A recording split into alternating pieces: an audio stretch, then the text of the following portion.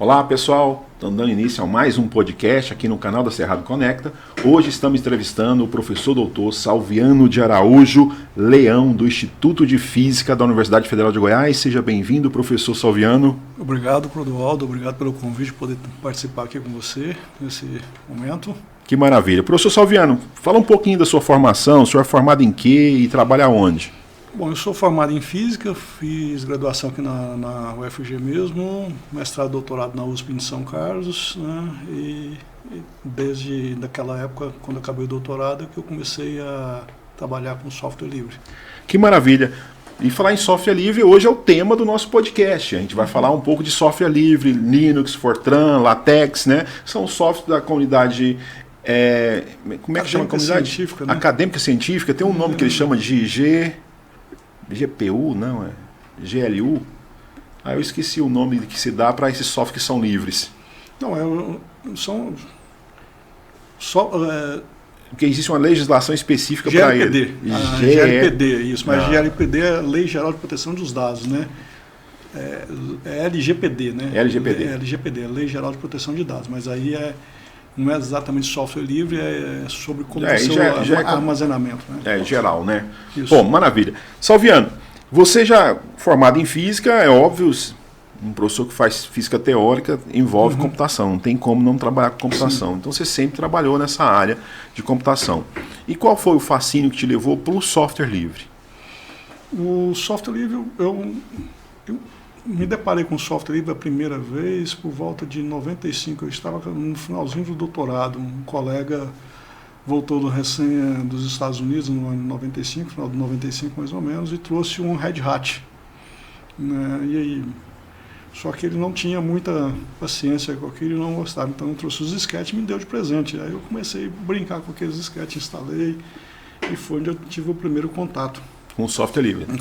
Com software livre. Isso, para quem está nos ouvindo aqui, o Red Hat é Linux, né? É um sistema operacional um pouco diferente do que você tem do Windows ou do Mac OS, que é o Linux, que ele tem como base o Unix, né? O Unix, é isso. Hoje, a base dele foi toda construída em cima do Unix, isso foi feito anteriormente pelo... Quem desenvolveu os softwares, os aplicativos, foi o Richard Stallman, pela Free Software Foundation, né, que eu tinha fundado antes, né, isso na década de 80, e o Linus Torvald fez então o sistema em 92, e em 95 então surge a Red Hat já com Marco, era o nome não lembro bem o nome dele, Marco Way, acho que é Marco Way, ele cria então o Red Hat, né, uma das primeiras distribuições que tem aí. E está aí até hoje. Hoje a IBM comprou a Red Hat, né? Então é a IBM, né, que é a dona da Red Hat hoje. O Linux cresceu muito nos últimos anos, né? Inclusive a Microsoft acabou de lançar o seu próprio Linux, né? Para trabalhar com o seu sistema de rede, isso, né? A Microsoft, na realidade, eu tenho visto os passos da Microsoft, talvez eu vá fazer uma previsão aqui, eu arrisco a dizer que ela vai fazer o que a Apple fez, né? A Microsoft hoje está tentando, de uma certa forma, fazer com que os seus desenvolvedores migrem para o seu Linux, porque quando fizerem isso, ela vai deixar de fazer o sistema operacional, que ela vai fazer só a interface gráfica, porque o desenvolvimento de um kernel, manter um kernel, isso é muito difícil. Isso para eles têm diversos momentos que eles têm muitos problemas em resolver os problemas efetivamente que surgem de buracos, de vazamento de informação, que surgem vírus para isso, né? Então, o que eu vejo é uma tentativa, se os desenvolvedores migrarem a base para lá, então WS Linux, então o que eles vão fazer? Eles vão deixar de fazer e vão fazer uma interface gráfica, que é o que a Apple faz, ela é baseada no FreeBSD, então a interface gráfica é da Apple, ela que desenvolve, mas o kernel é um kernel Linux. Então eu vejo que a Microsoft, então, o que ela está tentando fazer agora é seguir esse caminho também. Eu acho que isso a longo prazo talvez isso fique mais evidente, né? Mas o que eu vejo nessa motivação dela talvez seja esse aí os passos dela. Eu vejo que ela lançou agora o Azure, que é um sistema baseado só em Linux, né? Quando você vai rodar em sistemas de redes ou qualquer sistema pesado, você não coloca Windows, né? Você sempre coloca Linux, né? E a Microsoft faz isso, né? Exatamente. Que é confiabilidade. A confiabilidade vai para Linux. Vai para Linux. Bom, O Linux, quando ele surge lá com o Red Hat, teve até um grupo brasileiro que tentou também fazer o próprio Linux, que nasceu lá com o Kurumin, né? Depois virou eu esqueci o nome. Mas a ideia nasce com o Kurumin e depois ele muda para um outro sistema, né, desenvolvido aqui na própria USP aqui do Brasil, não é isso? Nós tivemos uma das primeiras interfaces gráficas para Linux, a Window Maker, que foi feita por um brasileiro. Ah, é? Eu não sabia. Isso, uma das primeiras interfaces gráficas para Linux foi feita por um brasileiro chamado Window Maker. Né? Mas o desenvolvimento dele, do Linux, ele foi feito assim por diversas pessoas em diversos lugares do mundo. Né? E no começo mesmo, nós tivemos aqui o Kurumin, nós tivemos a Conectiva também, que desenvolveu o seu próprio, fez a Conectiva Linux, né? Então era uma... E quando eles lançaram isso, eu comprava e mantinha, eles fizeram uma revista, porque era um lançamento mais profissional, né? Depois foi comprado pela Mandrake, e virou Mandriva, né? Aí que era uma empresa francesa, aí com a conexão entre Conectiva e Mandrake, virou Mandriva, a distribuição, e acho que hoje ela se perdeu. Eu não tenho acompanhado assim, não vi mais o que virou, né? Eu tenho usado uma outra distribuição. Também. O Linux ele muda muito, né? Porque tem muitas frentes, né? Depois que o Ubuntu ele aparece, ele ganha muito mais força, né? Por aquele usuário final, né? O usuário final, o Ubuntu parece ser uma coisa mais palpável para aquele usuário que é mais final ali, que está acostumado com o Windows, né? Como a gente brinca aí, os caras da área. Acho que não foi bem isso, porque houve um desenvolvimento, né, de uma parte anteriormente. Então, o Linux foi sendo desenvolvido. O que nós temos, e que as pessoas às vezes não entendem, é que você tem hoje o kernel do Linux, você tem um kernel do Linux, mas só que você tem assim, você tem diversas, talvez na ordem de quase centenas de interfaces gráficas. Aí você tem interface gráfica que permite que você rode. Às vezes você tem uma máquina que você vai jogar fora, então você coloca um Linux nela, ela vai rodar perfeitamente os seus aplicativos, mas ela não tem uma interface gráfica cheia de firulas, né? O que o Ubuntu fez e começou a fazer e trouxe talvez foi ele trabalhou em algumas bibliotecas específicas de conexão com vídeo, alguma coisa mais específica, permitindo que você usasse aquilo. Então ele avançou um pouquinho nisso. Mas aquilo já estava caminhando, já pela comunidade já estava caminhando assim, a passos largos que você ia chegar agora. Então hoje você tem assim, milhares de distribuições Linux, você deve ter mais de 1000 aí. Se você entrar na DistroWatch, por exemplo, né, aí você vai verificar quais são as distribuições lá. O problema é o que ele carrega. Como é que você carrega ela, como é que ela carrega os módulos, né? O que ele tem colocado por baixo. Então, qual a interface gráfica que ele usa é o GNOME, o Ubuntu ele é baseado no GNOME. Né? Tem pessoas que não gostam, o GNOME é a última versão, que é um sistema mais pesado. Tem uma que é baseado no KDE, que é uma outra que é para quem gosta de um sistema parecido com o Windows, né? Mas é uma interface gráfica pesada também, né? Que é baseada na biblioteca Qt. Então você tem diversas interfaces gráficas. O que vai definir você enquanto usuário, o que você quer no ambiente eu quero uma interface gráfica muito carregada, que faça um monte de ícones, animações, coisas do tipo, ou eu quero algo mais leve. Então você define mais ou menos o que você quer. Qual o nível de conforto que você tem, qual a máquina que você tem e qual o nível de conforto que você vai ter do ponto de vista de recurso computacional que você vai ter. O Windows hoje, por exemplo, você tem uma máquina Windows, né? O que você tem? Você tem parte do seu recurso, você tem que otimizar HD, você tem que colocar antivírus, você tem que fazer um monte de coisa, você divide seus recursos. Então, os seus recursos não ficam só para os seus programas, os seus códigos. No Linux você já tem menos disso. Então, as interfaces gráficas, se você tem muita memória, você pode colocar uma interface gráfica maior que não vai sobrecarregar o seu sistema e os seus aplicativos. Mas no caso do Windows você não tem esse controle. Você tem que se controlar e usar menos recursos da máquina, né? Salviano, é verdade, por exemplo, se eu pegar uma máquina que roda Linux, não necessariamente essa máquina vai rodar o Windows 11. Mas se eu pegar uma máquina que roda o Windows 11, ela com certeza vai rodar Linux. Isso é verdade? Sim, com certeza. E o processo inverso sempre é verdade. Eu tenho distribuições Linux que rodam em máquinas antigas, nos 386 ainda. 386? Você tem distribuições Linux para rodar nisso aí. Então você tem Você tem distribuições Linux, que você compila o kernel e você tem isso aí. Mas aí não vai ter parte gráfica, né? Provavelmente só... Tem parte gráfica. Não, tem comando. parte gráfica. Tem parte gráfica. Você tem você vai ter as partes gráficas. Você No 386? Você tem distribuições ainda.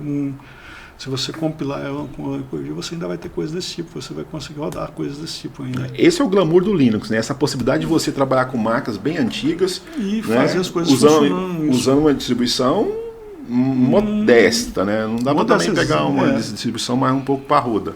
Não, e aí o que nós temos de diferença para entendermos nesse caso aí é o chamado kernel do Linux, né? O que você faz?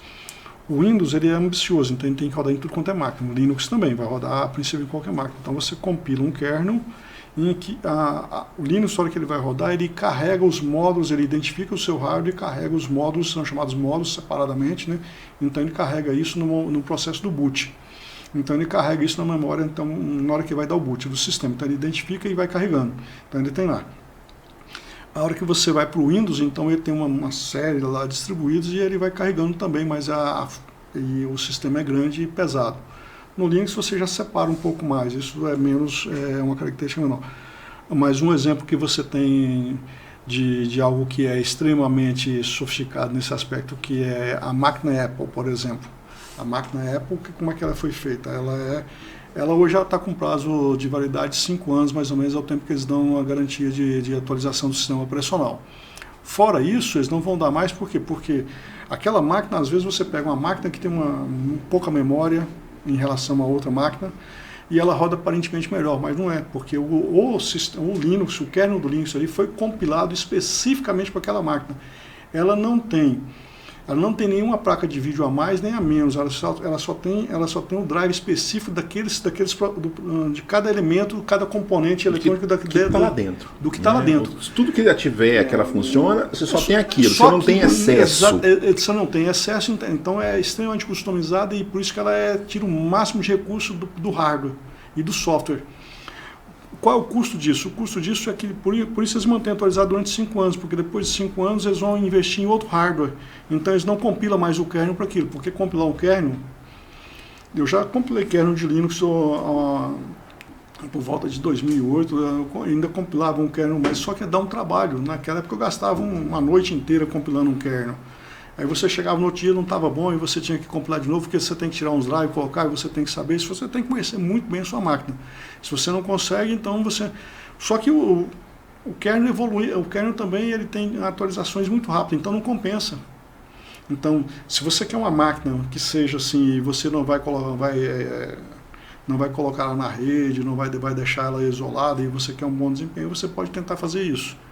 Aí, de vez em quando, você compila o kernel dela, mas você terá uma máquina extremamente eficiente se você conseguir fazer isso. O problema é conseguir saber exatamente as componentes que você tem para a sua máquina e compilar ele, e você fica com uma máquina fantástica. Então, isso é possível ser feito também. Então, é o que a Apple faz. Ela compila um kernel especificamente para aquela máquina e é por isso que você tem esses problemas de restrição. Por isso, eles não dão atualizações no sistema operacional depois de 5 anos. Geralmente é isso mesmo, 5, 7 anos já não mais se atualiza, né? Eles chamam de obsoleto, sistema obsoleto, não te obriga a comprar uma nova. Obriga a comprar uma nova, né? Mas esses computadores, mesmo assim, não têm eficiência, ou seja, quem tem, praticamente não quer vender, né? Mas só que você, por exemplo, se você não atualiza o seu Java, você não serve, você não navega, basicamente não vai em lugar nenhum, você não consegue fazer nada, você não acessa lugar nenhum, então você tem problemas. Recentemente eu tinha um colega que tinha uma máquina dessa, de 2013, que estava com problemas. O que eu fiz? Eu instalei um Linux para ele. E a máquina dele funcionou perfeitamente, estava lá funcionando, rodando muito bem. Você me deixou uma dúvida, porque em 2013 ainda usava a estrutura dos Intel ainda, né? Isso, era possível. Então era possível. Mas e nessa estrutura ARM que eles têm agora? É possível instalar o Linux para ela? É possível você compilar um kernel de Linux para essa estrutura. Mas ele não vai ter uma eficiência top, não, né? Ou o Linux já tem, já? Não tem, porque o que ela roda é um Linux. A base é Linux. Linux, é um FreeBSD. É uma distribuição chamada FreeBSD. Então ela roda nele, então ela é feita para ele. O que ela tem lá dentro é um Linux. Então, é um Linux, a interface gráfica que é específica. A interface vai gráfica rodar deles. tranquilo. Roda, se você tiver o compilador, você compilar um kernel ali especificamente, vai rodar ela lá. Sem problema nenhum. Sem problema nenhum. Oh. E já falando em Linux, a gente começou falando do Red Hat, depois foi vendido aí o Red Hat para IBM, depois mudou de nome, não sei que nome mudou, continua Red Hat até hoje. Isso, porque eles dividiram a empresa. Então a parte comercial continuou por herança de nome e manteve-se Red Hat, então, que era o nome mais conhecido. E aí eles deixaram para a comunidade livre, né, de software livre, o Fedora. Então, Fedora Linux. Então o Fedora era... Mas aí, dentro dessas distribuições, o Red Hat, o que foi o grande diferencial do Red Hat quando ele foi lançado é o Red Hat Package Manager, que é o gerenciador de pacotes Linux que eles desenvolveram, né, para eles, que era a dificuldade que você tem em instalar um software e gerenciar bibliotecas, né, conflitos de bibliotecas, né. Então, você tem um que é o Red Hat, você tem um que é feito pela SUSE, que é o Yumi, e você tem um que é feito pelo Debian, então, que é o Ubuntu baseado no Debian, então usa o DPKG, né, que é o do Debian, né. Então você tem alguns gerenciamentos, alguns pacotes. E você tem outras distribuições mais específicas, né, que às vezes elas compilam especificamente na hora que você está instalando, como é o caso do Gentoo, já é uma máquina que na hora que você vai instalar ela, ele vai compilando os pacotes e você... O Gentoo é Linux. É Linux, é um Linux. É baseado... É mais ou menos igual o CentOS? O CentOS ele era baseado num Red Hat, também num Fedora. Também era Fedora? Então, tipo um Fedora, isso é um gerenciador de pacotes, ele é o Red Hat, é o RPM. Eu estou curioso, qual que você usa no seu computador hoje? Qual a distribuição? Não é o Slackware? Não é o Slackware, não é um Slackware. Eu uso uma chamada Mint. Porque Mint? Eu já ouvi falar na Mint. Ela é bem simplesinha, né? Isso, ela é baseada no Ubuntu, mas é uma interface gráfica um pouco mais leve. Bem mais leve, então ela permite que você possa rodar em outra e não tem algumas características que o Ubuntu traz, né, especificamente tentando restringir você. Agora eu quero entender, que característica o Ubuntu traz que você não gosta, Salviano? Cita uma, não precisa citar todas. Ele coleta informações, né, de você ali dentro. Mas tem algum sistema que não coleta? Você sabe, o macOS coleta. Sim, o Windows ele coleta. Sim, todos eles estão coletando, mas se você tem acesso ao código e você vê o que as pessoas estão fazendo, você tem mais confiança em uns do que em outros, né? Então vai de você, o que você quer. Mas de qualquer forma vai ficar alguma informação sua lá. Qualquer log que você fizer no servidor, ele vai ficar. Vai. Isso sempre é registrado. Agora, desde que isso não seja enviado descaradamente, né? Porque se isso é enviado de uma forma assim que você concorde. Lá o Ubuntu ele tem uma característica, ele diz que se você concorda com aquilo ou não, porque existe um aspecto, tem dois lados isso aí. Tem um aspecto que é interessante, porque é o fato de você permitir que haja um desenvolvimento. Você permitir, por exemplo, você ter uma máquina, você instalou, deu problema, então para o desenvolvedor de um hardware ou de um software específico para um determinado hardware, ele verificar que tipo de... Porque ele não tem acesso a todas as arquiteturas, a tudo quanto é tipo de máquina, então ele faz uma previsão, mas pode ser que alguma combinação específica gere algum problema que ele não viu. Então isso é interessante também. Então essa coleta, assim, você tem que estar ciente e você tem que concordar. Então, porque não é só, não existe, não é só pessoas mal intencionadas que querem fazer. Existe a coleta de informações que estão para ajudar no desenvolvimento do software que você está usando. Porque o Mint não coleta nada, é isso? Não, só por exemplo, porque muitas das coletas acontecem no próprio navegador. Não, a coleta em navegador e é outra coisa. O navegador enviar alguma coisa, mas aí o sistema operacional ter uma biblioteca específica, algo instalado que manda, isso é que é outro detalhe. Tá, então, o controle do navegador você não tem. Sim. Tem se você usar depende do navegador que você usa. Eu limito as minhas coisas, eu tento usar o Brave, que é um navegador. Né? O Brave você consegue barrar pelo próprio navegador. Pelo próprio navegador, então você limita a sua... Mas ele é limitado, o Brave. Eu prefiro o Opera. Eu acho que o Opera é mais robusto, você consegue ter mais coisas. Sim, no Brave eu não vejo tanto. Tem algumas coisas aí barra. O problema disso aí é que é aquela... Existem uns processos que, assim, hoje o Opera está na frente, quando o Brave começou ele estava, então aí você tem... Quando o Brave começou, não sei se eu posso estar enganado, Salviano, mas quando o Brave começou, ele tinha bitcoins. Não, ele ainda tem esse processo. Ele mas faz esse bitcoins não é roubar a informação, porque ele está roubando seu processador ali. Se você aceitar participar daquele processo dele, né? Se você não aceitar, você não, a princípio você não tem. A princípio, mas assim, mas a gente tem esse controle? Será que de fato não está usando o meu processador? Não, aí se você está... É uma pergunta a ser respondida que eu não consigo garantir para você. Nenhuma dessas, a não ser que tenha acesso ao código-fonte dele. Mas no Linux você tem acesso ao código-fonte, ou não? Se você quiser, sim. Se for um software livre, porque veja, você tem software livre, você tem software gratuito e você tem algum software. Então, o Brave eu não fui atrás da licença dele para saber se ele é um software livre. Agora você chegou no ponto que eu queria. Então vamos lá. Então nós temos 3 tipos de software. Isso. O software livre, software gratuito e o proprietário. Proprietário, para quem está nos assistindo, é aquele software que tem um dono. Isso. Né? O gratuito você tem um dono, mas ele não cobra. Isso. Mas você não tem acesso ao código-fonte. E o software livre, esse sim, não tem dono e você tem acesso ao código-fonte. O Brave, se ele for software livre, com certeza você tem acesso ao código-fonte. Aí você tem como verificar se ele manda ou não a informação, ou você está roubando o processador seu naquele Bitcoin. Certo, beleza. Isso, exatamente. Se o tipo de licença dele for tipo uma GPL, né, aí vai embora. Aí ele é um software livre e você pode ficar tranquilo. Sem problema. A comunidade já testou, verificou. Inclusive os primeiros navegadores, se você... A história da comunidade é bem interessante.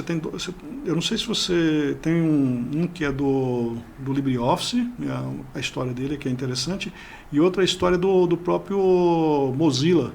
Hoje é o Mozilla. Mozilla Firefox, né? Isso, Firefox. Mas ele era um antigo navegador, um dos primeiros, chamado Netscape. Você fala Mozilla Firefox. Netscape. Isso, mas ele era um Netscape. O Netscape foi comprado pela uma empresa norte-americana de telefonia AOL. E ele tinha um bug e a comunidade e a empresa não conseguiu resolver esse bug. Ficou lá 6 meses e eles não conseguiram resolver o bug. O que eles fizeram? Abriram o código-fonte para a comunidade e geraram, acho que o Mozilla, né, o Firefox na época, né? Então ela abriu o direito do que ela comprou. Isso. Ela abriu, a comunidade resolveu em 24 horas o problema, achou o bug em 24 horas e aí ficou. Posteriormente, aí a empresa voltou atrás e quis fechar o código. Então a comunidade criou, era o Mozilla Firefox agora, que é o que você conhece hoje. Que é código fechado. Tem o código fechado, você ainda tem ele fechado, mas o Firefox hoje que nós temos o Mozilla Firefox, hoje então é o código aberto, foi um fork desse aí. Que era só o Firefox antes. E aí o Mozilla Firefox é o aberto, que a comunidade manteve o código, e que eles tinham aberto antes e pegou aquele código e continuou desenvolvendo. Então, essa é uma versão. Então, isso é o que nós temos hoje nesse código. O outro código interessante que você tem aí dessa forma também é o LibreOffice. É chamado LibreOffice por alguns motivos, mas por volta dos anos 2002, 2003, ele era o Star Office. A Sun vendeu ele, eu não sei se foi para Oracle, eu não sei quem comprou ele e começou a desenvolver. Passou a chamar LibreOffice. Não, ainda não. Era OpenOffice na época, né? Mas aí o problema é que alguns lugares do mundo foram e registraram o nome, então aí a comunidade foi... E eles tiveram um problema. Então, essa empresa comprou o StarOffice, liberou o código, a comunidade começou a desenvolver, ela resolveu fechar o código novamente, e aí você tem a migração para o OpenOffice. Tanto é que continua o OpenOffice, que esse é o fechado, é o proprietário. E aí você foi para o LibreOffice. O nome LibreOffice é porque em alguns países registraram-se o nome. Então a comunidade procurou um nome que pudesse ser usado aberto, em qualquer lugar. Em qualquer lugar do mundo esse nome não tivesse sido registrado. Então aí chegaram ao consenso que era o LibreOffice, então ficou o LibreOffice. Então esse hoje é completamente aberto, mas é dessa forma. Mas esse foi um código também que era de um software proprietário que em determinado momento a empresa abriu, a comunidade resolveu, depois a empresa novamente voltou e quis fechar o software. Então aí o que se chama, fez-se um fork dele. Ou seja, até o momento que ele estava aberto, a comunidade pegou aquele ponto e passou a desenvolver ele. Então, e aí a empresa ficou com a parte fechada dele, a partir daquele momento. Para quem está nos assistindo aqui, o LibreOffice ele é similar ao que nós chamamos hoje do Microsoft Office 365, né, que é o mais novo da Microsoft. O LibreOffice ele tem todas aquelas ferramentas que o Microsoft também traz, né, com uma vantagem, é de graça, né? Agora, para a empresa foi ruim, porque quando você tinha o Star Office, que era também um similar ao tentava replicar o Microsoft Office, né, que nós chamamos aqui de Word, né, ela abre o software e depois fecha, vira Open Office. Né? Só que o Open Office não tem mercado. O LibreOffice tem muito mais mercado que o Open Office hoje. No mercado sim, livre. Né? É porque ele é livre, então mas algumas pessoas, né, aí a comunidade ou algo específico, às vezes as pessoas preferem pagar alguma coisa, porque qual é o problema a comunidade de software livre não se incomoda de você pagar por um software. Você pode pagar, se você quiser pagar um software livre, pode pagar, não tem problema. O problema é que algumas empresas, por exemplo, elas não podem ficar sem uma assistência técnica específica, né? Porque quando você vai para o software livre, se você tiver algum problema, você não tem a quem recorrer. Então, algumas empresas talvez prefiram essa característica, poder recorrer. Por exemplo, novamente voltando para o LibreOffice, então, hoje nós temos algo que as pessoas desconhecem, que é um Open Document Format, né? Um formato de documento aberto. Isso foi gerado por volta de 2003, 2002 também. O governo da África do Sul, numa das migrações do Office, do Microsoft Office, ele teve um problema, porque ela não tem um padrão, esse problema, o DocX, eles não têm um padrão, eles não obedecem um padrão ISO, então eles modificam para te vender um novo software, né? Para você ser obrigado a comprar a versão nova. Então a versão nova sai, tem um padrão diferente, você começa a espalhar aquilo lá, então as pessoas que recebem têm que comprar para poder ler o novo.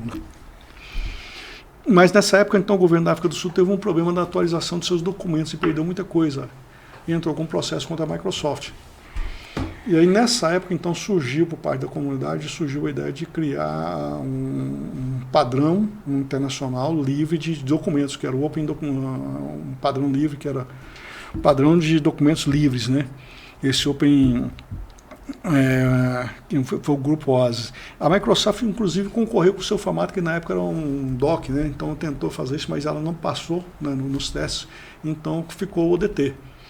O ODT hoje, que é o Open Documento, Libre, né? Isso, o Libre usa essa extensão, mas isso é um padrão internacional de documentação livre, se você quer usar. Então não é nativa do Libre. Não, exatamente. Quando o Open Office começou lá atrás, ele tinha outro padrão. E aí, a hora que você estabeleceu a hora que a comunidade criou esse padrão, ele passou a usar esse padrão. Open Document Format, o ODT. O ODT, então isso que você vê, então é algo assim, porque o que esse padrão te garante? Uma portabilidade temporal. Você não tem problemas com isso. Então, você usar isso significa que um documento seu você consegue ler ele posteriormente, um tempo depois. Você pega um Office, você pega um arquivo Office que você tem aí há 10 anos, provavelmente você vai abrir ele hoje, você vai perder formatação, você vai perder algumas características aí. E no ODT não? A princípio, esse não, porque ele tem um padrão bem definido. Então, ele foi feito para isso. E não essa é a característica que se deseja dele. Bom. Então, aí se você, mesmo que você esteja usando o Windows e estiver usando o Office, se você quiser ter portabilidade temporal, a sugestão é que se salve nesse formato e não use o formato proprietário da Microsoft. Um outro exemplo disso Mas a Microsoft solta esse ODT dentro do Word. Sim, ela salva nesse formato e ela lê nesse formato. Só que não é o padrão dela. O padrão dela é o dela. É o DocX hoje. O DocX, né? Mas se você quiser salvar como escolher a opção que lá você faz, isso dá mais trabalho para você, mas certamente você está mais assegurado nesse sentido. Então você teria um padrão mais que já foi testado e passou por alguns ISOs. Eles têm alguns. Agora eu não acompanho muito essa história porque eu não uso muito o LibreOffice, não faz parte do meu uso. Eu uso o TeX mesmo, né? Então para quem está nos assistindo, ele usa LaTeX como referência, base, né? E o editor é o TeX, né? Não, ou é o contrário? O compilador é o TeX? O compilador é o TeX e o LaTeX é. Para quem está nos assistindo, seria mais ou menos assim, uma comparação entre o C e o C++. O C é o TeX e o C++ é o LaTeX. Ou seja, é o que tem muitas bibliotecas e muitas... então aí você carrega entre muitas coisas. Então essa seria a ideia básica. Mas para quem está nos assistindo, é extremamente difícil, vou avisar logo para vocês, extremamente difícil usar isso aí, tá? Porque vai envolver programação. Não é. Eu diria o que LaTeX puro tem programação. Tem uma programação, mas é assim, como é que você começa usando esse é um equívoco que eu até que vou usar a oportunidade para tentar dizer amenizar isso. Vamos lá. Eu estou curioso agora para ver. Como é que você começa a usar um Word? Como é que você começa a usar um documento Word? Você começa a digitar em cima do que está lá. Você não sabe o que está lá dentro. Exatamente. Bom, beleza. Você não mexe. Então até aí você não tem que lembrar de nenhum comandinho. Nadinha. Beleza. A mesma coisa o TEC. Você tem alguma coisa lá, você tem um código lá, você olha, mas você tem um texto. Eu quero modificar o texto. Você edita só o texto, você põe lá o texto e você vai ter o que você quer. Mas para isso você usa um comando para poder fazer. Não, você não usa um comando. Esse aqui está lá, você vai estar usando lá. Agora, como é que você insere uma seção, um título? Você tem, o usuário que começa a primeira vez, ele pega lá, eu quero colocar isso é um título, eu aumento o tamanho da fonte e põe o negrito. Ele não vai lá no menu, escolhe título 1, título 2, ele não vai fazer isso, porque ele vai fazer isso aí. Ele vai fazer numa linha de comando. Ele vai fazer, não, o usuário do Word, eu estou pensando no usuário do Word. O usuário do Word ele vai fazer isso, não vai? Vai sublinhar, vai lá, escolhe lá, negrito. Não, isso, põe lá o negrito, aumenta o tamanho da fonte, é isso que ele vai fazer. Exatamente. Então ele errou, então ele está fazendo o caminho equivocado. No ambiente tech, o que você tem lá é por exemplo, eu quero um título, eu chamo de um comando lá, eu tenho um comando lá que me define um título, que é o section, ou então o título. O que você colocar ali dentro vai ser o seu título. Se você não sabe disso, a hora que você compra o documento, você vai ver o que está lá dentro. Certamente, se você vai partir de um padrão, você vai colocar aquilo ali. E você não tem muito erro. Se você se preocupa, então, se você se preocupar, agora ele muda... Isso muda completamente a sua ideia inicial, porque ele é um processador de texto. Então, por exemplo, para um TEC, não interessa se eu deixei 10 linhas em brancos ou uma, isso é um parágrafo só. Então, o meu documento é um texto puro. Ele está vendo um texto, uma série, tem uns comandos lá, você vai ter os comandos. Se você não se preocupar com esses comandos, só editar seu texto, no final, você não vai vendo o seu texto à medida que você... está digitando e você vai vendo o seu texto como você está tendo no Word, você vai vendo a formatação. Não. O texto, você digitou ele, no final você manda gerar o PDF, ele vai gerar um PDF compilado, ele que vai formatar o seu texto inteiro. Mas se você escreve em cima do que está ali, só a parte de texto, e você é uma pessoa só de texto, então você não vai ter dificuldade alguma. Então ele seria muito interessante, por exemplo, vou dizer para quem eu acho que seria interessante. Para quem vai ter um trabalho, vai escrever um texto muito grande, com muitas imagens, um texto pesado, com muitos capítulos, porque você abrir isso no Word, é uma máquina, você não consegue abrir isso no Word, isso vai ficar pesado, seu texto vai ficando carregado, então você vai ter na sua máquina. Isso em um TEC não, porque você abre um arquivo de texto, você abriria ele no Notepad. As imagens estão todas separadas lá numa pasta. Então ele vai compilar e vai juntar tudo e vai gerar um PDF para você. Você não tem que se preocupar. Se você colocar ali, vai ficar daquele jeito. Quem vai dizer o tamanho do texto, tem um comando lá no começo que está dizendo isso. Se você pegou um padrão já está definido, o resultado final, que se você escrever em cima, você vai ter aquele padrão. Se você quer modificar, se você quiser sair fora do padrão, aí você se enrolou. Aí você tem que ter muito conhecimento. Se você não tem... Não sai do padrão. Não sai do padrão. Bom, o padrão é esse. Eu vou te dar uma alfinetada, vamos dizer assim. Bom, qual que é mais fácil para o usuário aprender?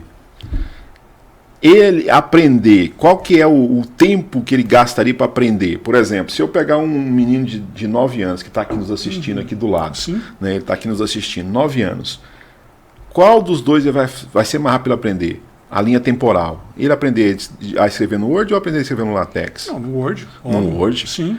Agora pensa numa empresa onde o foco é produtividade. Sim. Qual que é mais vantagem para a empresa? O foco é produtividade. Produtividade. Perfeito, mas eu vejo o que você tem em termos de documentação, que é a parte importante que nós estamos falando. O que o TEC me oferece? Ele me oferece uma portabilidade temporal. Ah, não, sim. Nesse caso, perfeito. Então eu tenho documentos... São documentos que eu uso hoje que eu escrevi em 92. Claro. O pessoal que está nos assistindo, essa oportunidade temporal que o professor Salviano está colocando aqui, senhores, é uma oportunidade assim, você escreveu hoje, mas daqui a 100 anos, se você abrir o arquivo, está lá, é do mesmo jeito, do mesmo formato. Tá? Você consegue ter a mesma característica que você tinha 100 anos atrás. Exatamente. No Word, isso não é uma garantia. Você pode escrever hoje, mas daqui a 100 anos o Word pode ser a Word versão 200. E aí, nessa versão, aquilo que você colocou hoje não necessariamente está lá. É essa portabilidade temporal que o LaTeX permite, que o software livre também permite fazer isso. Né? O LaTeX ele foi feito para cientista, quem tem que escrever equações, quem tem que lidar com matemática, né? Mas ele também, eu acho que ele seria muito útil para o pessoal que tem que lidar que tem que trabalhar com muitas imagens, carregar muitas imagens, então... Ele é bastante útil. Eu vou até nesse caso, então, por exemplo, uma pessoa que lida com arquitetura, então ela vai fazer uma tese, ela tem que fazer um trabalho e tem que incluir muitas imagens. Então fazer isso com o Word é muito penoso. Então, porque o documento fica pesado, fica difícil. Então existe para cada tarefa existe uma ferramenta adequada. Esse é o ponto então, que eu penso. Eu não acho que se eu for escrever uma carta, se você escrever ela no Word, você escreve muito mais rápido. Ou não, né? Se o cara já tiver eu já tenho o modelo pronto, o meu já faço lá e já está pronto. Muito mais rápido. Agora, se o cara tiver que aprender, a curva de aprendizagem do LaTeX é muito maior. Não dá para você, por exemplo, falar para um advogado, vai escrever suas petições em LaTeX. Cara, até ele aprender, ele já chutou o balde. Não, ele não precisa nem de aprender, porque no caso específico do advogado, ele vai ter simplesmente você... O que você faria? Mas é porque a advocacia hoje, Salviano, ela está usando agora outras ferramentas, está deixando antigamente a petição era só texto. Aí no máximo ele grifava, né? Hoje em dia não, você põe seta, hoje em dia você coloca mais penduricalhos para ficar mais elegante a petição. Pois é, mas aí nesse caso eu diria para você que é o seguinte, o LaTeX nesse caso é muito superior, porque tudo que ele faz, ele pode... Uma vez que você escreveu o seu código TeX, você pode transformar em HTML, você pode transformar em qualquer outra coisa e você faz imediatamente. Tá falando do advogado, que não, cujo know-how não é esse. Não é esse, mas o advogado que se você faz, por exemplo, porque às vezes você tem que pegar uma petição de um banco de dados, você vai buscar alguma coisa em um banco de dados, vai fazer alguma outra coisa, então você extrair os dados e reescrever isso de outra forma, em um processo em que você tem que automatizar, talvez a automatização num tipo LaTeX é muito mais fácil de ser implementada do que numa outra ferramenta. Então, a automatização de qualquer processo, porque ele vai ser uma linguagem de marcação, assim como um HTML. E talvez o TeX tenha sido a primeira linguagem de marcação. O TeX, ele surge... Eu vou até além, eu vou levantar a bola do TeX aqui agora. Vou levantar a bola. Inteligência artificial, ChatGPT. Quando o ChatGPT vai escrever uma equação para o usuário final, ele escreve ela em LaTeX. Por que ele escreve ela em LaTeX? Porque é muito mais fácil você escrever ela em LaTeX. Então ele escreve em LaTeX, aparece aquela equaçãozinha lá bonitinha lá no seu ChatGPT, aquilo lá foi escrito em LaTeX. Quando você copia, ela não vai para o Word, porque o Word não interpreta o LaTeX. Vou te dar outra diferença para você entender o que é a diferença básica entre o Word e o TeX, né? Quando o Donald Knuth criou o TeX por volta de 1977, 78, quando finalizou, ele fez o seguinte, que era uma confiança dele. Ele propôs um cheque de $20 para cada um que encontrasse um bug no TeX. Se você for na linha de comando escrever TeX, ou em qualquer lugar que tenha um LaTeX, aí você vê, ele aparece lá o pi, o número pi. E cada dígito de um pi é 3,15, então são 2 dígitos, então 2 bugs. Hoje ele está em 8 ou 9 bugs, hoje que é o TeX, hoje que foram encontrados. Então de 77, 78 até hoje, vamos pôr nisso a década de 80. Então é um software que tem 9 bugs que foram encontrados, somente 9 bugs. Mas ele é um compilador bem simples, né? Não, ele é um compilador simples, mas só que o detalhe é o seguinte, além de criar o TeX, ele criou as fontes, o metafonte, então ele criou as fontes desenhadas matematicamente. Então, por exemplo, você tem uma fonte, a fonte é o Computer Modern, que é a fonte dele. Se você tem uma fonte no Word ou Arial, você tem ela 12, você tem ela 14, você tem ela 16. Você não tem 12.3, você não tem ela 12.9, você não tem 12.8, você não expande ela do tamanho que você quiser. No LaTeX não, eu expando ela do tamanho que eu quiser. Que é um comando que se coloca lá na introdução do texto. Não, eu digo qual o tamanho que eu quero. Sim, é um comando que você coloca. Isso por quê? Porque a fonte dele foi definida matematicamente. Então a fonte que ele está usando, ele usa outras fontes. Né? O Type também ele usa outras fontes. Mas efetivamente eu acho a Computer Modern, a fonte original, ela é muito confortável, muito agradável. Você gosta dela mesmo? Eu gosto muito dela. Então, para mim... Legal esse negócio de fonte, só para o pessoal entender aí, de estar nos assistindo, essa fonte, agora eu confesso que eu não sei. Eu uso LaTeX, já usei muito, né, na minha dissertação de mestrado, na minha tese de doutorado, foi todo escrito em LaTeX. Nisso aí eu posso ter orgulho de falar. Eu escrevi em LaTeX a minha tese de doutorado, a minha dissertação de mestrado, meu TCC foi escrito em LaTeX. Tá? Mas a minha dúvida é, quando você chama aquele pacote para usar uma fonte, você faz um comando chamando. Sim. Aquilo é uma biblioteca? Isso, essa fonte pode ser uma TrueType ou não. É uma fonte que está instalada no seu sistema, mas aí você vai ter alguns comandos. Você vai ter não necessariamente você vai ter a definição matemática dela. Então, mas ela é uma biblioteca, porque é uma biblioteca. É uma coisa que você vai puxar um pacote. Isso é um pacote que você chama lá e vai colocar lá dentro. Então, é mais ou menos o que o Python faz. É mais ou menos o que o Python faz. Porque você começa o comando no Python chamando um pacote. Isso. O LaTeX ele funciona exatamente dessa forma. Então, o que é o TeX hoje? O LaTeX, se você entrar no www.cetan.org, ctan.org, é um repositório de pacotes. É brasileiro isso aí? Não, mas ele tem lá, mas ele tem uma da USP lá, né? Tem na USP, tem em diversos lugares do mundo que são servidores específicos, né? Então esse aí está localizado na Inglaterra, se não me engano. Então o que você tem? Você tem todos os pacotes TeX lá dentro. Então você tem pacotes LaTeX até para você escrever partitura de música. Eu quero escrever um livro de xadrez, então eu tenho lá um pacotezinho que a hora que eu escrevo o comando peão 6 para tal local. E ele já desenha? Ele já desenha e já coloca lá. Então você vai escrever o jogo de gamão, você tem tudo pronto. Então, agora fiquei curioso, eu nunca vi não. Sim, mas tem tudo que você pensar pro LaTeX, né, para você, qualquer comando que você pensar, isso que você falou, eu quero colocar um frufru, eu quero colocar uma figurinha, um emoji. Então você tem uma biblioteca para isso? Você tem uma biblioteca pronta que já foi feita e desenvolvida para o TeX. Se você usar essa biblioteca, você vai ter lá. Hoje ele tem uma que é bem interessante, que eu uso, que eu tenho usado bastante, que é para fazer desenho, que é o TICAZ, mas antes era o PSFig, né? Então e como é que funciona isso? Você dá um comando, draw tal, vai de A até B e você aí desenha. Desenha o quê? Uma linha? Desenho, você faz desenhos sofisticadíssimos. Então você faz desenhos, os desenhos que eu uso na ilustração dos meus textos são basicamente ali, que são definidos matematicamente. Então aí o que eu ficam leves, porque na hora que eu vou fazer, eu posso fazer gráficos de funções, gráficos em 3D, eu posso usar com GnuPlot, por exemplo, junto também. Então eu uso ele e eu tenho diversos desenhos assim definidos que eu posso levar e fica leve, porque o arquivo é leve. O desenho não só leve. O LaTeX, pessoal que está nos assistindo aí, artigo escrito em LaTeX, principalmente que envolve equação, é extremamente... A qualidade é muito superior ao mesmo artigo escrito em Word. Sim. O mesmo. A equação que você tem feita no LaTeX, quando você converte em PDF, ela é superior àquela que vem do Word. Isso aí... Não há que se negar que o LaTeX ele é muito acima, muito superior. E por isso que o ChatGPT usa ele. É superior, mais fácil, mais simples de trabalhar. Agora, para trabalhar em grupo é complicado. Você há de convir comigo que se eu for escrever um artigo científico, onde eu tenho várias pessoas, é complicado trabalhar em LaTeX. Você não tem um controle de onde o cara mexeu. Você tem as ferramentas de revisão que você pode instalar e você pode usar, dependendo do editor que você está usando. Você tem as mesmas coisas que você tem. Mas se você usar aquele basicão, que é o que já vem instalado dentro do pacote TeX, você instala direto. Não é. Como é que chama aquele editor lá? Eu até esqueci o nome dele. Não, você tem diversos. Você tem um Cairo, você tem. Não, quando você instala o pacote direto do TeX, você instala ele, já vem um próprio editor dele lá. Ele não tem um editor.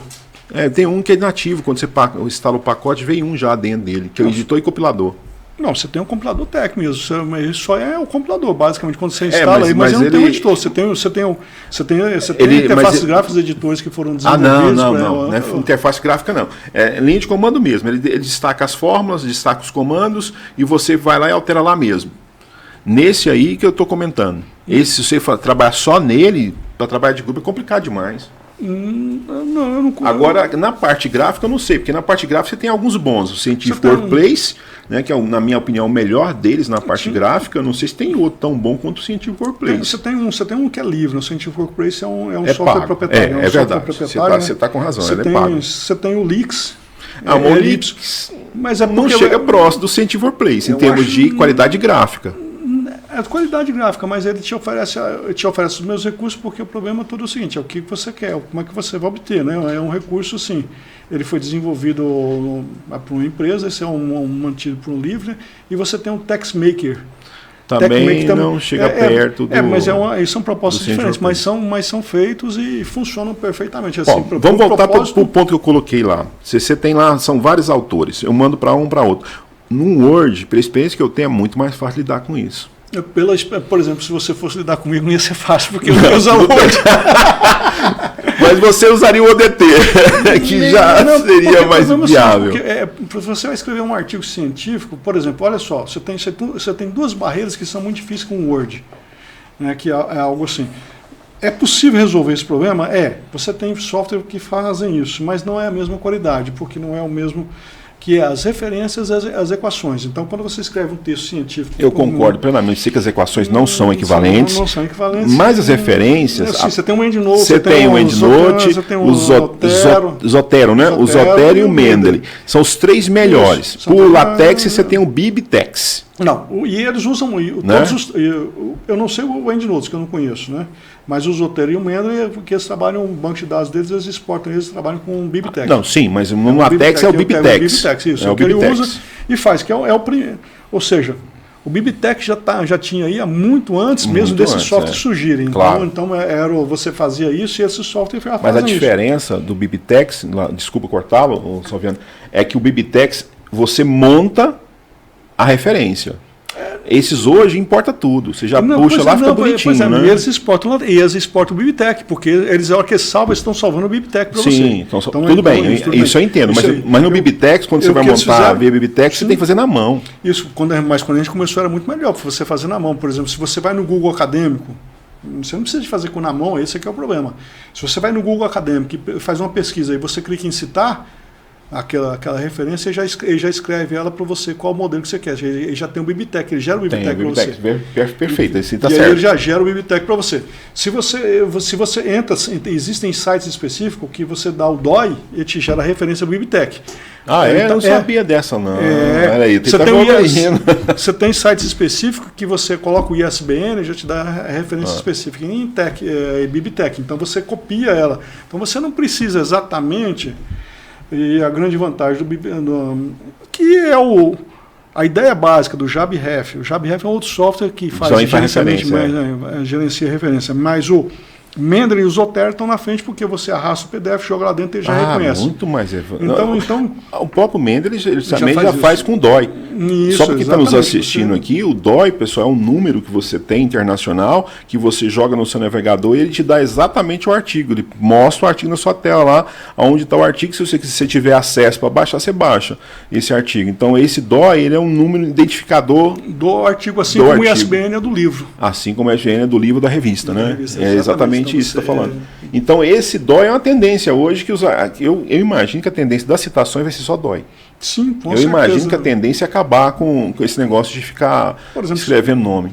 Você colocou no LaTeX, você compilou, você gerou, você falou que você quer o hiperreferência, você colocou lá no começo do texto, você quer hiperreferência, o seu texto inteiro, o seu PDF inteiro, o seu que você gerou, já vai sair linkado com hiperreferência em todo o documento. Para você fazer isso no Word, isso você teria muito trabalho.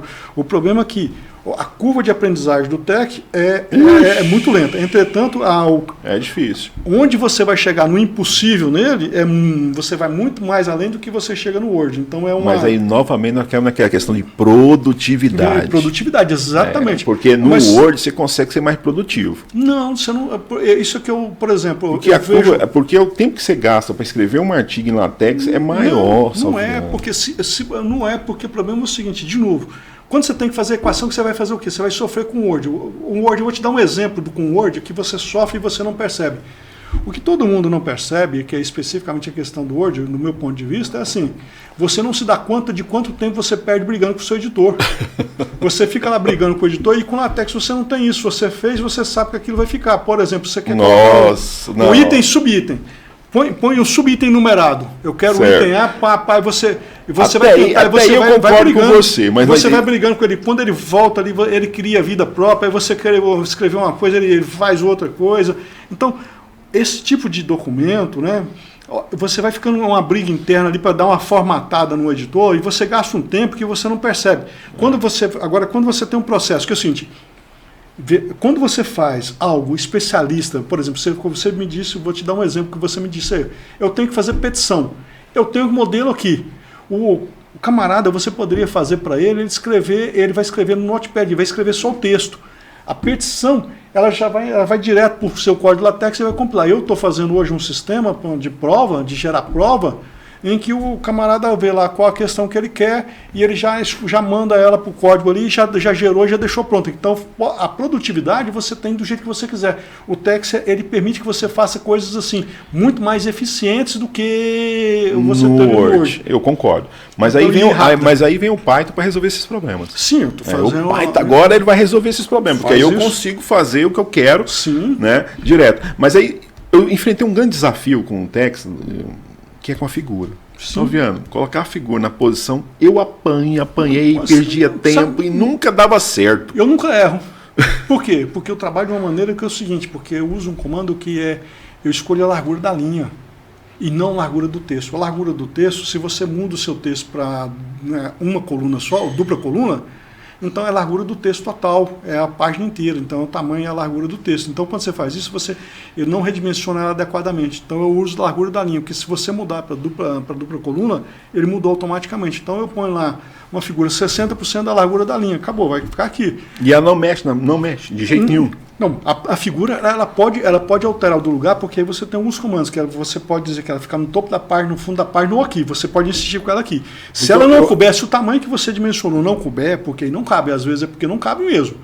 Aí não tem jeito, aí ela vai, você pode mandar ela ficar no final da página, ela redimensiona, ela joga outro texto para fora, para um lado, para baixo, ou você pode mandar ela ficar no topo da página. Então, a figura, ela sempre fica de uma forma adequada, porque aí é a experiência que você tem com o código, porque lá é fácil, eu ponho a figura e ponho o tamanho da largura da linha. Então, mesmo quando eu saio de um texto que é uma única coluna para dupla coluna, eu simplesmente mudei um comando lá, ele recompila e deixa as minhas figuras estão sempre no mesmo lugar que eu quero.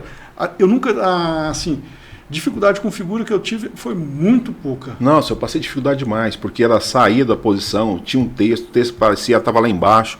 No Word eu conseguia controlar isso com mais facilidade. Não, porque você mudava um pouquinho, você vai lá e você muda um pouquinho o tamanho dela. Lá no LaTeX você quer. Se você quiser fazer com que ela fique ali, você olhou, não ficou, você pode, então Mas perde um tempo. Você precisa compilar para ver onde está, depois volta lá, corrige, copila de novo. Esse é um problema, que perde tempo. Não, sim, mas o tempo que você ganha o tempo em outras coisas que não brigando com o seu editor. Na verdade, eu vou dizer para você o que eu ganharia na qualidade do texto final, porque aí fica muito bonito. A qualidade aí da imagem também, que é colocada também. A qualidade da imagem.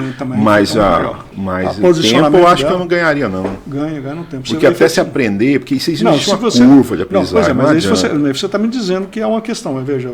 Eu mesmo já conhecia e apanhava, então você pensa, eu já era um cara que já estava escrevendo e apanhava, então mesmo assim você ainda tem uma curva de aprendizagem, não é trivial. Tem uma curva de aprendizagem porque são diversos pacotes, que o LaTeX você tem lá uma série, e isso é assim como acontece com qualquer linguagem de programação que nós temos hoje, existe uma evolução dela, né? Claro. Então ela está evoluindo constantemente, e está cada vez mais chegando pacotes cada vez melhores, mais interessantes, que fazem coisas assim, que você... por exemplo, agora os desenhos com... eu nem imaginava desenhar com LaTeX, mas eu sei que o LaTeX vem evoluindo muito. Bom, eu quero mudar um pouco de assunto, porque a gente já falou de Linux, falou do LaTeX, vamos falar um pouco do Fortran. Sim. Fortran, nasceu quando, você lembra? 54, 55, entre 54 e 55. Ele nasce aonde? Ele nasce na IBM mesmo. Na própria IBM? Eram os primeiros computadores da IBM, era o programa para fazer eles, né?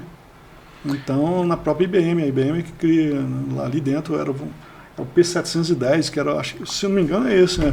Era o primeiro computador que eles tinham lá, foi a primeira linguagem de programação criada para computadores, assim, para você fazer alguma coisa. Pois é, ela começa lá em 54, você falou, 54 a 56. E nós estamos em 2024. 70 anos. 70 anos, e é uma linguagem que até hoje ainda é utilizada. É utilizada e muito. E agora talvez, olha, porque o que acontece com o Fortran? Você tem... O nome dele é Formula Translation. Então, o Fortran, eu costumo fazer uma comparação assim, porque eu já houve muito tempo aí, sempre teve uma briga, quem é melhor, quem é mais rápido, Fortran ou C, e aí é uma questão de compilador. O Fortran é desenvolvido no compilador C hoje, né? Então é compilador C, mas ele é mais rápido, depende do compilador, então é a questão de compilador. Aí eu dou um exemplo para as pessoas entenderem, quem conhece pouco, né, de linguagem é mais ou menos assim. Imagina que na cidade, você vai andar um dia a dia na sua cidade, você tem uma cidade que tenha buracos, se você vai para ir na região urbana, você vai na região rural, às vezes você tem. Então aí você faz uma opção, eu vou andar de Ferrari, eu vou andar de Jeep, eu vou andar de um Corolla, por exemplo, né? Você tem 3 carros, uma Ferrari, um Jeep e um Corolla. Qual que você acha que você vai ter acesso melhor a todas as regiões da cidade, mesmo na região rural? É um Jeep. E o Jeep vai em todas, né? Vai em todas. Quem é o Jeep? O Jeep é o C. Você considera o Jeep o C. Você faz tudo. Faz tudo. Não interessa. Você vai lá e faz. Quem é o Fortran? O Fortran é a Ferrari, só roda no autódromo. Só roda no autódromo. E roda bem. E rápido. E rápido. O desenvolvimento de código hoje, o Fortran, as pessoas que não acompanharam o desenvolvimento dele, eles estão perdidos porque o Fortran houve uma evolução muito grande. Hoje nós estamos em 2018, a última versão dele, que se não me engano é de 2018, né, de atualização, Fortran 2018. Então hoje é uma linguagem orientada a objetos, com sobrecarga de operadores, tem ponteiros, né, tem paralelização, que foi o call arrays, né, então é uma linguagem que é moderna e está evoluindo também. Por que o Fortran foi mantido? Isso talvez hoje nós tenhamos uma repercussãozinha. Ele foi mantido porque existe uma biblioteca imensa feita, uma biblioteca numérica que você não pode jogar fora. Então você vai fazer uma imagem, você vai lidar com imagem, você vai fazer tratamento matemático. Qual é o melhor software para você lidar com matriz? Para isso que você escrever um código para fazer uma multiplicação matricial, qualquer operação matricial, no Fortran é muito mais fácil, porque é exatamente ele funciona como a biblioteca do NumPy, do Python. Então é aquilo ali, você faz aquilo que é o Fortran. Então é muito fácil escrever um código para lidar com matrizes e coisas que no C, por exemplo, eu tenho uma operação matricial, eu tenho no C, eu preciso de escrever 2 loops. Se for uma matriz com 2 índices, são 2 loops. E não tem como fazer de outra forma. No Fortran não, eu não preciso às vezes nem de índice. Eu faço uma operação matricial, se eu sei que as duas matrizes são do mesmo tamanho, então a operação que fizer numa eu faço na outra, então é direto. Ele aplica isso de uma forma muito natural. Então isso é muito natural, porque isso facilita muito o desenvolvimento numérico, então o código fica limpo, fica fácil e fica rápido. O problema, quando eu fiz a comparação, é o seguinte: se você pega um Jeep e você vai rebaixar ele para ele andar mais rápido, ele já não vai andar em qualquer lugar. Eu vou fazer mais isso, e você começou a alterar ele, aí você está fazendo virar um... sem gesso, sem gesso, ele não vai então, em qualquer lugar. Não é exatamente. Então o Fortran não foi feito especificamente para aquilo, então ele tem as suas características. A característica dele é essa. Então é uma linguagem que está aí há 70 anos e dificilmente vai sair, porque quem lida com engenharia, quem lida com a física, você tem códigos, e você é um desses que roda códigos aí que demora alguns dias de CPU. Se você economiza um dia em uma semana, isso para você é um lucro, é fantástico. Então isso é um absurdo. Então o Fortran oferece o grau de otimização numérica e a precisão que ele te oferece, o que você tem, isso é o que mantém ele vivo. Qual é a questão agora para frente? Porque o problema é todo o seguinte: você podia tentar migrar isso para uma linguagem moderna. Então você tem o C, C++, e outras linguagens que estão surgindo aí. Isso antigamente, eu vou dizer antigamente, né, anteriormente, né, porque nós estamos agora num ponto que eu não consigo fazer grandes previsões para o futuro. Como é que eu vejo isso? Nós estamos num ponto em que isso seria muito difícil alguém pegar uma biblioteca antiga e tentar pegar ela, reescrever, atualizar ela para uma versão mais moderna do código. Mas hoje você tem o ChatGPT, o que você disse, a inteligência artificial, que ela é capaz de fazer isso muito rapidamente para você, e você teria que fazer pequenos ajustes, talvez. Então essa parte de conversar com códigos antigos com uma versão mais nova, fazer adaptações, melhorar, ou converter um código de uma linguagem para outra, isso talvez vai mudar para nós, a inteligência artificial, e vai mudar um pouco como essa estrutura de linguagem que nós temos aí, o que nós temos, se é C, C++, que linguagem que vai sobreviver, eu não consigo dizer para você agora. Eu não consigo te garantir mais o futuro do Fortran, nesse sentido, porque a grande dificuldade, o que se mantinha ele era uma grande, essas bibliotecas, né? E ele continuava evoluindo. Era uma biblioteca que são anos e anos, né? São 50, 70 anos de bibliotecas. Então, o compilador Fortran, a hora que ele te dá uma mensagem de erro, é muito limpo e claro. Você vai lá e você não fica... A depuração de código é muito rápida. Em um código em C, não é a mesma coisa, não é o mesmo nível. Caiu aí, Guilherme? Acho que não. Tá não? Gravando ainda. Tá gravando? Então depois edita. Depois ele edita. Então não é o mesmo nível do C. Quando você faz uma compilação, um processo, então o compilador, a mensagem de erro é muito melhor, muito mais organizada. Porque são anos de história, né? De história de desenvolvimento. Então o nível de otimização, o nível de amadurecimento do compilador é muito grande. Agora, qual o futuro dele? É incerto hoje. Eu diria que sim, por conta dessas características, né?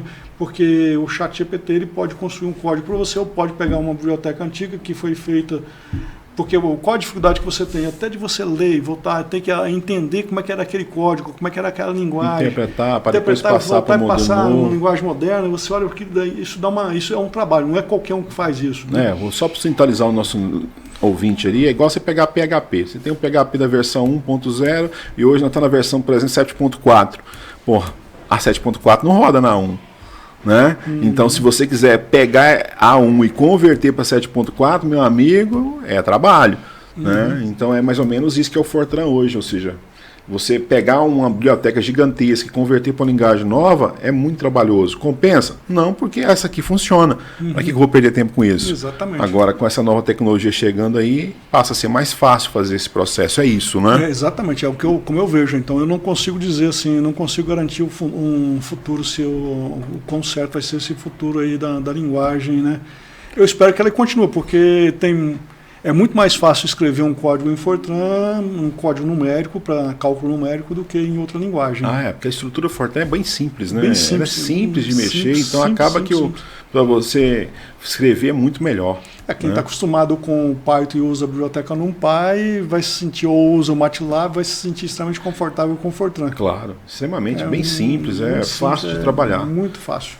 Bom, a gente sabe que o Fortran ele participou aí da lançamento do a Lua, né? Quando o homem foi na Lua, o Fortran estava lá, cara. Ele estava lá fazendo os cálculos, né? Naquela época era ainda feita no cartão. No cartão. E aí surge essa dúvida. Você chegou a essa época do cartão?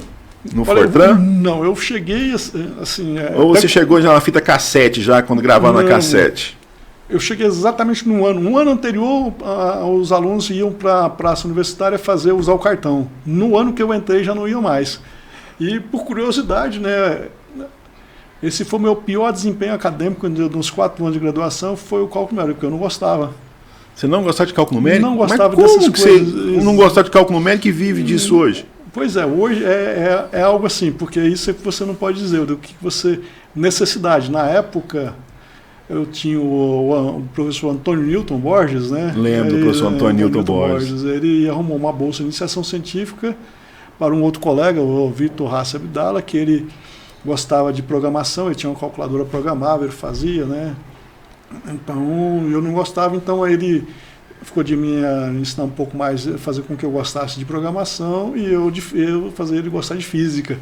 Então foi uma troca ali, mas não foi bem isso que me motivou. O que me motivou foi quando eu saí de Goiânia, eu pretendia voltar para cá, e percebi que aqui a estrutura da universidade, se você tivesse algum problema com a sua máquina, você tinha que se virar, você tinha que resolver.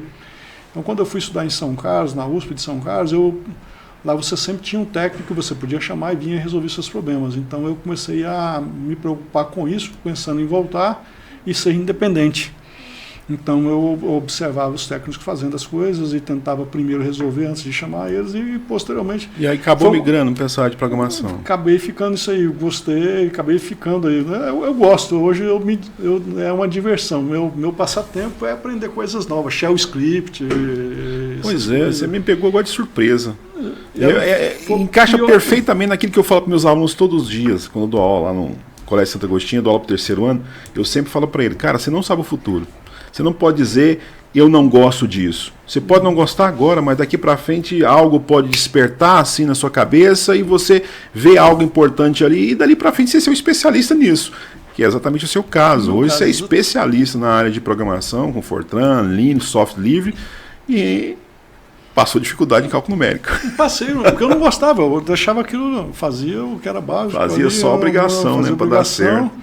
E foi assim, foi uma época assim que eu não gostava muito, mas hoje eu uso e dou aula disso e cobro dos alunos o desempenho e digo para eles que é importante, porque é importante. Que maravilha, fiquei feliz em saber disso aí. Bom, Salviano, o papo está agradabilíssimo, mas estamos chegando aqui ao final do nosso podcast. Né? A gente precisa marcar um outro só para discutir essa ideia da transição do Fortran. Né? E uma pena, viu? Nós estamos chegando ao final aí, um papo que passou tão rápido que eu nem percebi, porque a gente discutiu aqui LaTeX, discutiu Linux, falou da evolução dos sistemas de Linux que nós temos hoje, falamos até do Windows, que lançou seu próprio Linux, né?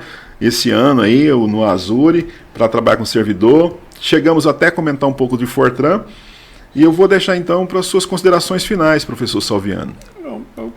Diante do que nós falamos agora recentemente, o que a gente pode dizer para as pessoas não há nada certo, né? Então você tem que aprender tudo que você pode na hora certa e existe um momento certo para você aprender. Então aprenda o que está à disposição, você nunca sabe o que você vai usar amanhã.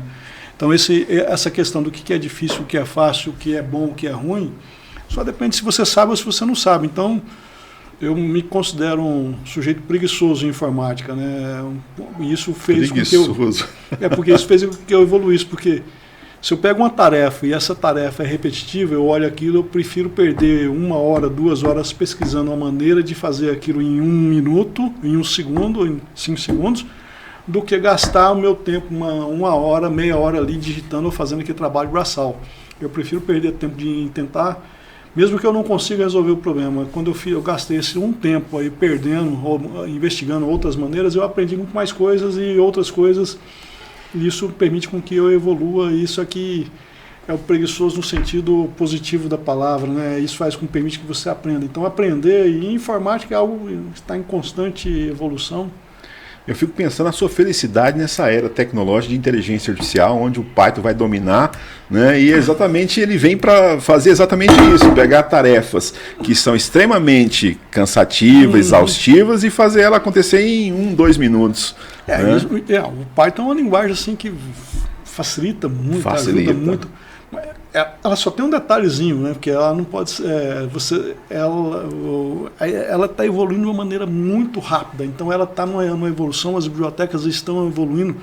Então o que você faz hoje, amanhã já tem outro, totalmente diferente. Você tem que mudar, você tem que adaptar um pouquinho. Você tem que fazer pequenas adaptações. O código que você tem hoje, então você tem que fechar o código, trabalhar com ambientes virtuais fechados, né? Então você tem que isolar o seu código para fazer com que ele rode durante um certo tempo. Então você tem algumas barreiras, algumas coisinhas que você tem que entender antes de começar a aventurar no Python. Na vida. Porque senão você também vai sofrer um pouquinho, porque a evolução da linguagem da biblioteca, das bibliotecas dela, está sendo muito rápida e está difícil de acompanhar. Porque a informática hoje está... se o cara quiser acompanhar em tudo, entender detalhe por detalhe, eu acho que agora complicou. Não, ganhou uma dimensão gigantesca. E nós não sabemos onde vai parar com a inteligência artificial, o que ela pode fazer, o que você pode pedir, ajustar. Então, tá fácil não. Não. Então é isso, pessoal. A gente chegou a mais um podcast aqui no canal da Cerrado Conecta. Siga o canal da Cerrado Conecta, dá aquele like aí para nós, isso é importante para o algoritmo entender que o nosso assunto é importante e transmitir nosso assunto para mais pessoas, tá certo? Obrigado a todos presentes, obrigado novamente ao professor Salviano por estar aqui, aceitado o convite de participar desse podcast, e eu vejo vocês no próximo canal. Tchau, tchau.